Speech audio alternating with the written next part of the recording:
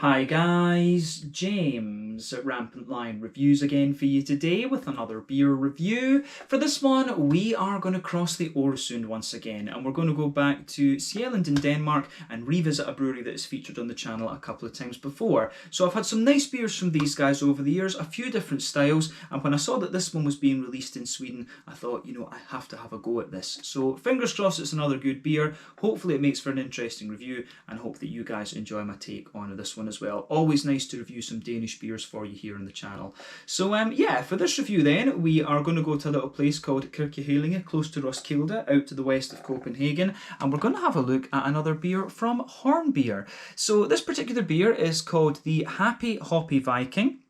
It comes in at 9.3% ABV, and they're saying that this one is a triple IPA. So yeah, very curious to see how this one turns out.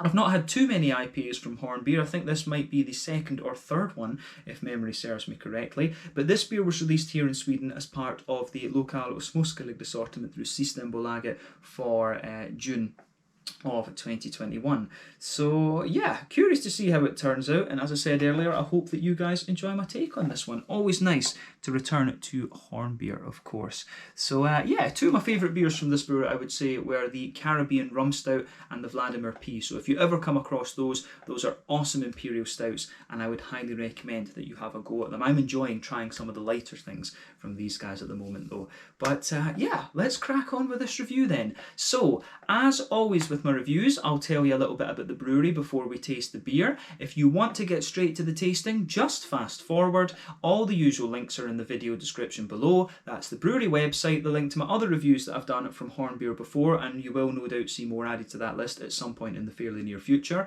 But there's all the usual social media down there. If you want to see more reviews, do please consider subscribing to the channel. The whole channel, of course, has a geography-based tagging system, so you can go into the homepage and search for beer based on country, city, state, county, province, prefecture, whatever it is you happen to be interested in. Do check out the playlists of beers from different countries. There is one there for all the Danish beers that I've reviewed for you. That's being added to quite often because I live very close to Denmark and I love my Danish beers, so make sure you check that out.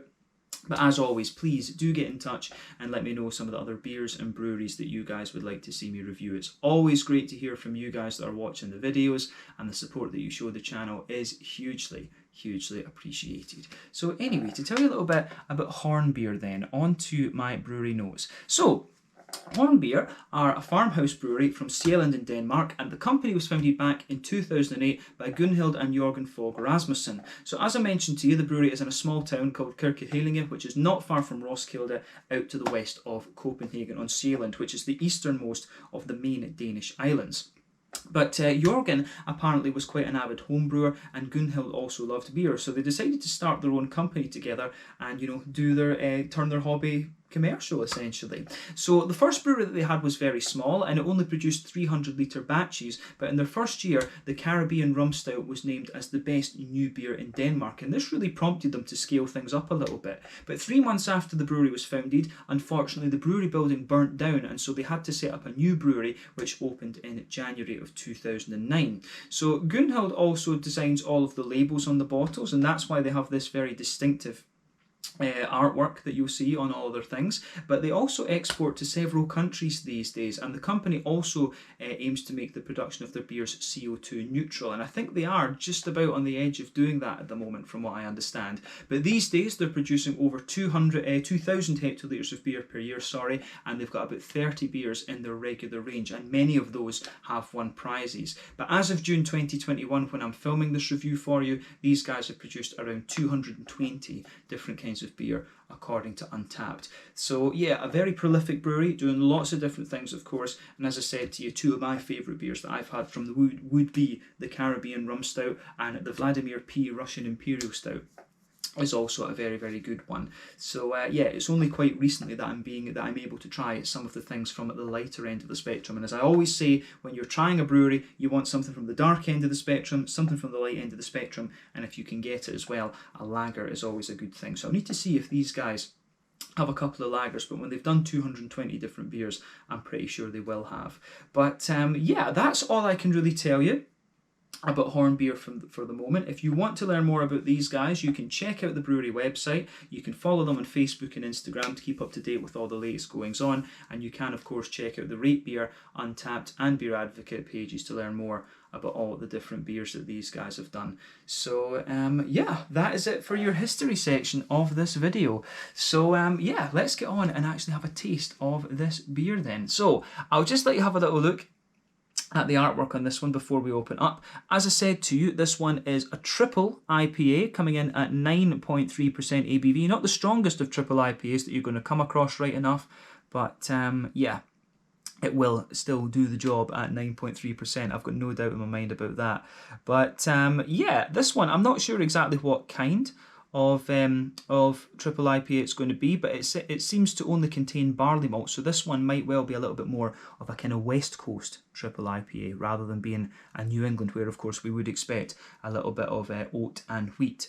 But yeah, there you can see the Hornbeer symbol on the bottle cap, of course. I'm hoping that the light isn't reflecting off that too badly. But yeah, as you can see, Gunhild's artwork is pretty nice and pretty distinctive. So the happy Hoppy Viking. It says on the side here, a triple IPA. This is a beer for the hopheads. It's brewed on barley malts, some of them with caramel character, which gives the beer its amber colour. We've dry hopped the beer and let it draw from the hops as it matures. This is why you can sense a clear, flowery fragrance when you pour it into a glass. There can be some sediment from the hops, so pour carefully if you want to avoid this. IPA is perfect with strong cheese, as the hop bitterness goes well with the sharpness of the cheese.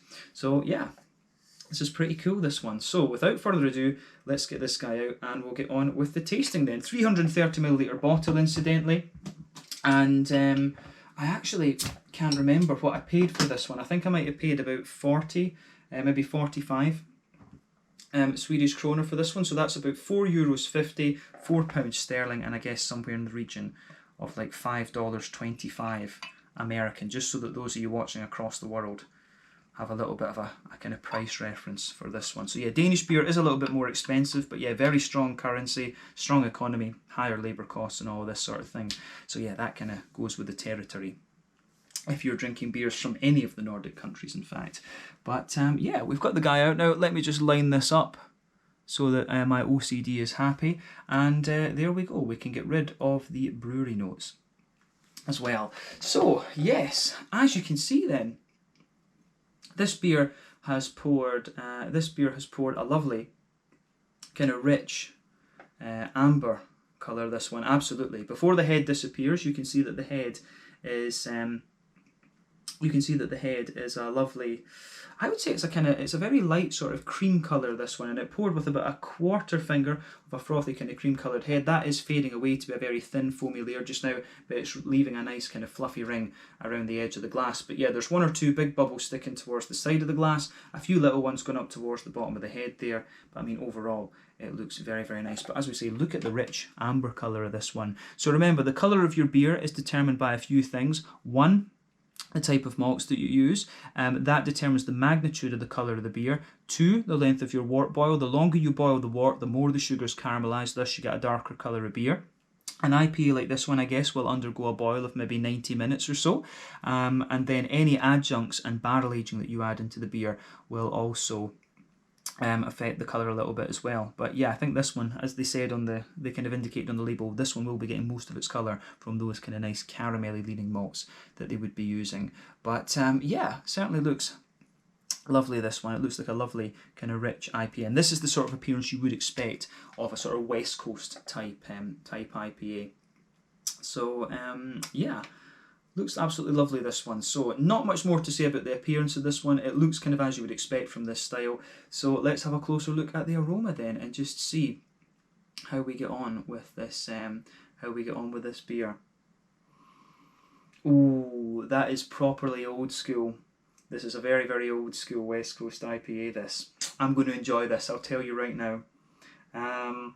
Yeah, straight away with this one, you can smell that old school caramelly, oily character coming out of it. As I've told you, with West Coast IPAs, I think there's two different directions that these can go in. They can be big, oily, caramelly things, or they can be, you know, lighter and a bit more kind of biscuity and bready. And I think this one really goes down the more kind of oily route. The two beers that I would compare these two, the two sort of pinnacle examples for me would be the Pliny the Elder, which is the more bready one, and then the how would you say, the Sierra Nevada Torpedo would be the prime example of the more kind of oily one. And this one is a little bit more like that Sierra Nevada Torpedo. I've not had a beer like this in a long time, so just going to warn you, I will enjoy this one. I'm pretty sure of that. But yeah, straight away with this beer, you can smell. The first impression of this one is big and juicy oily fruits, and then a massive kind of sweet, caramelly, oily note underneath it. Everything that I would want from a kind of West Coast IPA, especially a big double one like this. It reminds me a little bit of the hardcore IPA from Brewdog as well, which was one of my favourite craft beers back in the day. But yeah, let's try and break down the aroma a little bit more for you and describe that. So yeah, the backbone of this beer then. So underneath everything, you can smell a little bit of a kind of bready character coming out of it. I do wonder if this is a mix of, like, you know, American Crystal or two-row malts, something like this. Although being a Danish brewery, I suspect that they might use something German, because that's a lot more, you know, that is obviously fairly common in Europe to use the German malts. So maybe they could be using a little bit like Cara Munich or Cara Hell, or, you know, something like this in there. That's not that's definitely not out with the realms of possibility, but there is just something that makes me wonder if it's Crystal or if it's US Crystal or Turo or something that's in this. There's just something distinctive about the malty character in this. But yeah, like I say, nice little bit of a kind of bready backbone in there, a lot of bread crust, a big kind of sweet caramelly character to this one. It's a big oily character. You can smell it's a little bit caramelized, so I do wonder if they've maybe done a slightly longer boil with this one, maybe a 120-minute boil or something like that, because it does give you just a little tiny hint of that treacly molasses sort of thing in the middle of the nose, but you do get a sweeter caramel out of it as well, a little bit of a toasty brown sugar, and you also get those nice kind of biscuity McVitie's digestive sort of notes out of this one. So yeah, the caramelly notes that you get out of this are absolutely lovely. There's one or two little woody undertones to the beer as well, which you can often get with these styles. So yeah, a little tiny bit of woodiness in there, but yeah, it's all about that kind of that bready backbone, the bread crust, one or two little kind of grainy elements, and as I say, that big kind of myriad of brown sugars that you get out of the beer. It goes together extremely nicely. On the hoppy side of things then, so you definitely get a little bit of earthiness out of this one. A little bit of that, but it's got a big green component in there. So there's a wee bit of a piney resin note to it, and that could be a little bit of, you know, Chinook or something like that, but it's also got a wee bit of a kind of spicy character to it as well. So maybe a little hint of a, you know, Columbus or something like that. Tomahawk, I don't know.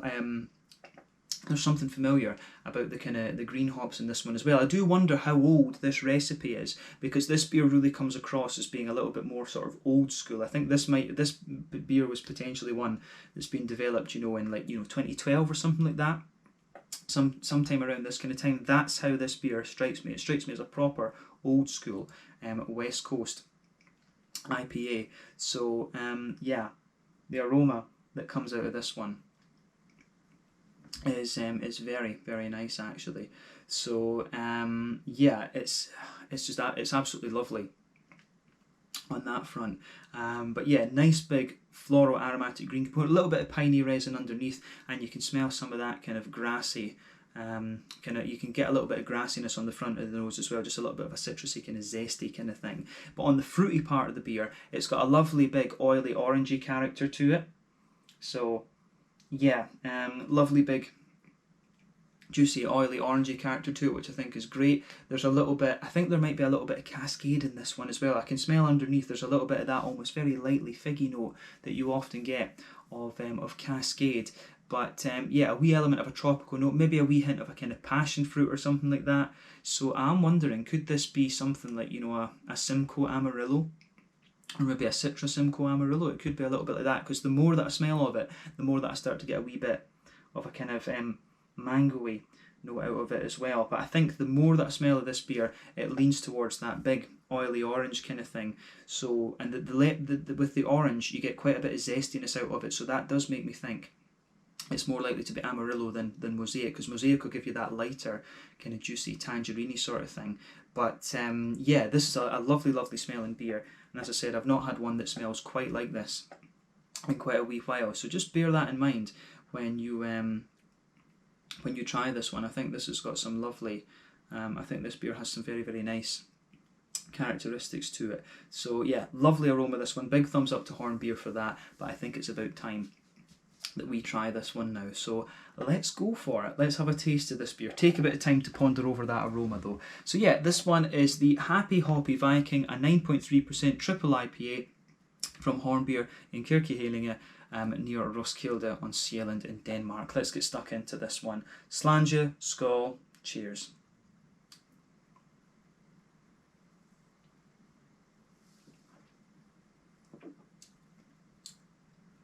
Oh yeah. Yeah, I was right about this. This is properly old school. It's just as I thought it was going to be. It really reminds me of the Brewdog Hardcore IPA, the the Brewdog Hardcore IPA, the Sierra Nevada Torpedo. It's really like that. Yeah, big oily West Coast IPA. Just nice kind of juicy fruity characters coming out of it. So yeah, this goes together really, really nicely. So big thumbs up to Hornbeer for this one. This beer is a proper nostalgia trip for me, absolutely.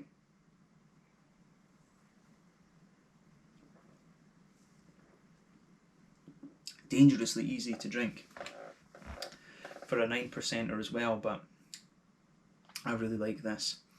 Yeah, I've not had a beer like this in such a long time.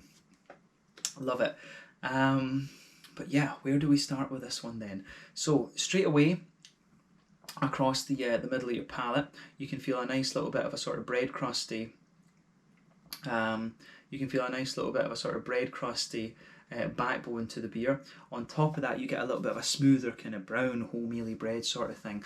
And as I say, I do suspect that this might be, there might be some crystal or American two-row malts in here. There might be something German as well, but there's just some of the kind of crispness of the grains and stuff that you get in this beer, and the sort of balance that it has. That does make me think it's American malt that's in this. This feels like it's a proper attempt to kind of replicate the West Coast IPAs in the States as closely as possible, and it does it very, very well actually.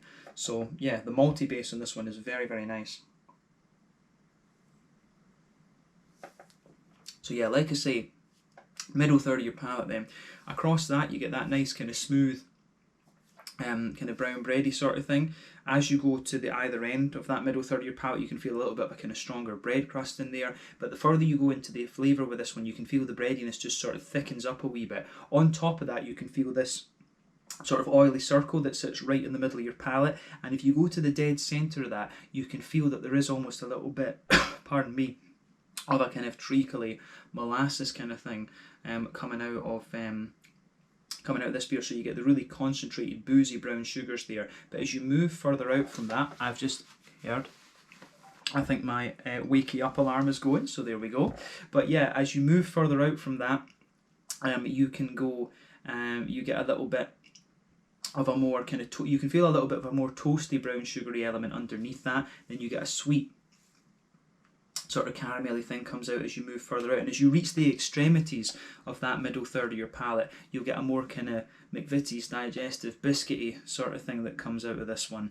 So yeah, it's the brown sugars just give the beer a lovely, lovely oiliness, but on the front half of that middle third of your tongue, you can feel there's one or two little woody elements coming out from underneath it. I really like how that goes together. There's just a little bit of that nice woody touch the further you go into the aftertaste. But this is a beautiful beer in terms of the malt base. I always, if you've watched my reviews, you'll know how much I value the malt base in these beers, and I think that they've got this one spot on for an old school West Coast IPA.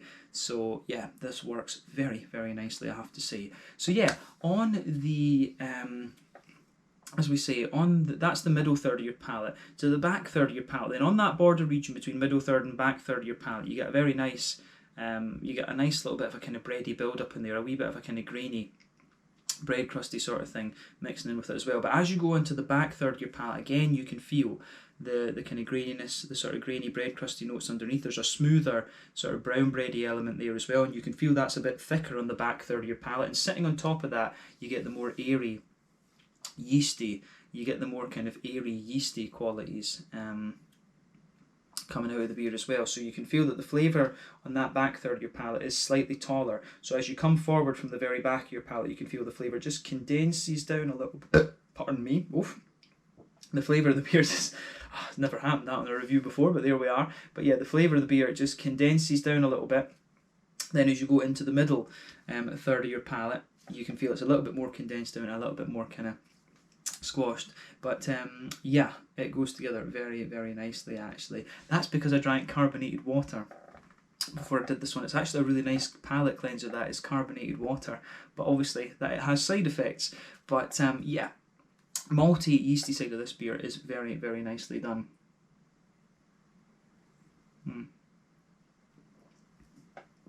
So yeah, on the hoppy side of things then, back corners of the palate, you get a nice little bit of earthiness out of the beer, but that's quite minimal compared to other things. As you move further forward from this one, it very quickly has a little bit of pine resin underneath it, and then you've got a very bright and slightly spicy floral aromaticity. So as you move towards the kind of front corners of the palate with this beer, as I say, you can feel the kind of darker pine resin underneath, and you've also got a little bit, as we say, of the you've got a little bit more of that kind of brighter floral aromaticity sitting on top of that. Round the front curve of the palate, the beer is a little bit lighter and more, it's a little bit lighter and more grassy actually, and you've got a little bit of a citrusy, zesty character coming off there as well. But the green component in this one is really nice and really deep actually. So I like how this one goes together actually. It works very, very well. So yeah, flavour coming out of this one is pretty nice. I will add to this though, I think this beer has been sitting for maybe 2 months, maybe 3 months in the bottle, because it doesn't feel, the hops are not at their absolute prime and their most bitter, but you can feel that the beer does have a good little bit of a hoppy backbone to it. But obviously the longer you let these beers sit, the more they will, the more the hoppy character will drop out. It did say on Untappd that this beer had been brewed to have 130 IBUs. But we'll talk about that a little bit later on. But yeah, you can feel it does have a nice bitterness that builds up the further you go into the aftertaste, and there's a wee bit of zestiness in there too. But I think we've covered the green side of the hops in this beer as well. But let's focus on the front third of your palate then. Front third of your palate, border region between middle third and front third of your palate. Again, there's a bit of a bready build up there, a wee bit of a bread crust. Then the base of that front third of your palate is a nice smooth, it's a nice kind of smooth brown bready sort of thing, and then sitting on top of that you've got a nice kind of big oily component to the beer. So yeah, I think that you can feel that nice big oily bubble where those juicy fruity esters just roll their way out of the beer. So yeah, on top of that you get a little bit of a kind of passion fruity note. So at the very back of the palate you get a little bit of a stronger passion fruit, maybe even a little hint of grapefruit in there. So I do wonder, could there be a bit of citrus in, a bit of citra hop in this one? But as you move further forward, you can feel that sort of the passion fruity kind of notes mellow out a little bit, and it becomes more of a kind of juicy mango-y note. So I've got a feeling this one might be a citra. I feel it might be a Citra Amarillo or maybe a Citra Simcoe Amarillo, because you can feel the passion fruit really mellows out and to be a little bit brighter, and that makes me think, maybe there's Simcoe in this one, but whatever hop combination they're using in this, it is something old school. So maybe like a bit of Chinook or Columbus as the bittering hop, maybe even a little bit of Cascade in there, because underneath these fruity notes I do get a little bit of that almost kind of slightly figgy note from Cascade. So the base, the base of the fruity part of this beer, you can feel a little bit of that slightly red fruity character of Cascade, which is interesting. But as I say, very back at the front third of your palate, a bit of a very light grapefruit, more kind of bright passion fruit. The passion fruit mellows out as you come further forward. Then you've got a nice oily mango, and as you move into the front half of that front third of your tongue, it feels distinctly more kind of oily and orangey in a sense, and that makes me suspect Amarillo. And that orangey note, it has a big oily depth to it, but it feels really nice and juicy as well. It feels quite zesty, so that makes me think Amarillo rather than Mosaic or anything like that. So this beer is properly old school, I'm pretty sure, in terms of the hop bill. Actually, I'd love to know what hops were in this one, but yeah, lovely tasting beer, I have to say. This one, it's been a long time, as I say, since I've had a beer like this, but this one ticks all the boxes for a properly old school West Coast double triple IPA. So yeah, big thumbs up to Hornbeer for this one. I think they've pulled off a solid beer here. So yeah, I think we can leave it at that for the tasting side of things. So pardon me, let's round off the video then with a little quick look at the mouthfeel.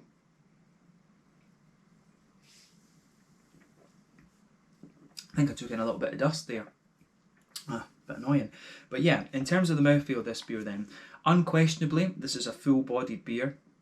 Bottom end full-bodied though, I would say. The carbonation is very, very smooth in this one. It's got a big, oily and kind of slick mouthfeel to it. As I say, in terms of the West Coast IPA, it really gives you everything that you would want for a properly old school one, this. In terms of the hoppy bitterness, it did say on Untappd that this beer was supposed to be brewed to 130 IBUs.